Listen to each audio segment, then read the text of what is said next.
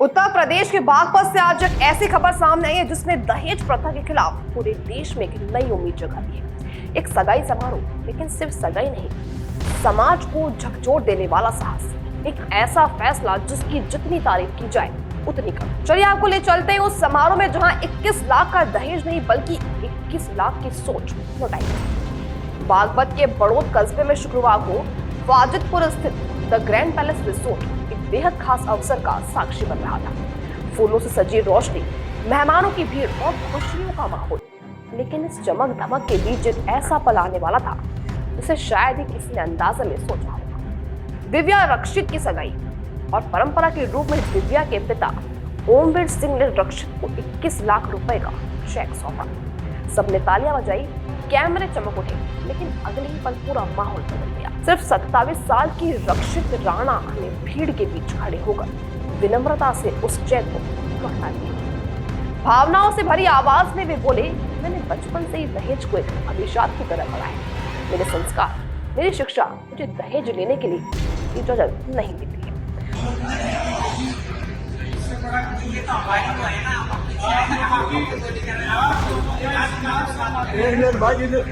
भाई भाई ज्यादा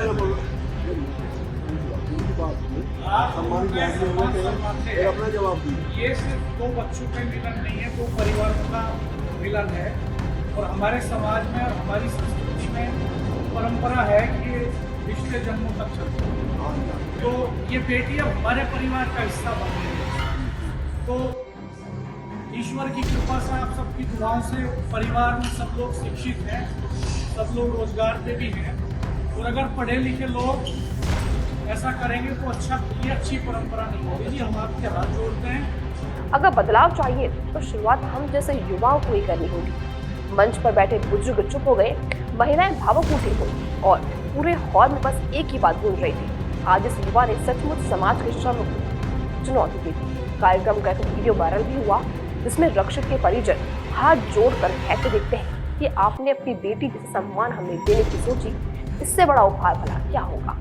लेकिन हमारा परिवार दहेज के खिलाफ बदलाव लाना है तो शुरुआत हमें ही करनी होगी। डॉक्टर रविंद्र राणा ने कहा कि हम सब शिक्षित और आत्मनिर्भर हैं, हमें किसी उपहार की आवश्यकता नहीं। दहेज मुक्त समाज बनाने का पहला कदम हमें उठाना चाहिए। समारोह में बागपत सांसद डॉक्टर राजकुमार सांगवान, विधायक डॉक्टर अजय कुमार, कई पत्रकार, शिक्षाविद, डॉक्टर, सामाजिक कार्यकर्ता आदि मौजूद थे। हर किसी ने खड़े होकर तालियों से साहसिक कदम का स्वागत किया। दहेज जिसने बेटियों के सपने छीने, परिवारों को तोड़ा, कभी कभी जिंदगियां तक खत्म कर दी, उस दहेज के सामने एक युवा खड़ा हो गया। 21 लाख की रकम ठुकरा कर उसने साबित किया कि असली संपत्ति डिग्री, कमाई या बड़ा घर नहीं बल्कि सोच होती। रक्षित और दिव्या की सगाई सिर्फ दो परिवारों की रस्म नहीं, ये समाज के माथे से दहेज की कालिक मिटाने की शुरुआत है। जहां समाज में आज भी दहेज के नाम पर शान दिखाई जा रही है, वहीं बागपत के इस परिवार ने बता दिया कि नई पीढ़ी की शान दहेज नहीं बल्कि सोच है। रक्षित और दिव्या दोनों ने मिलकर आने वाली पीढ़ियों के लिए नई मिसाल पेश कर दी।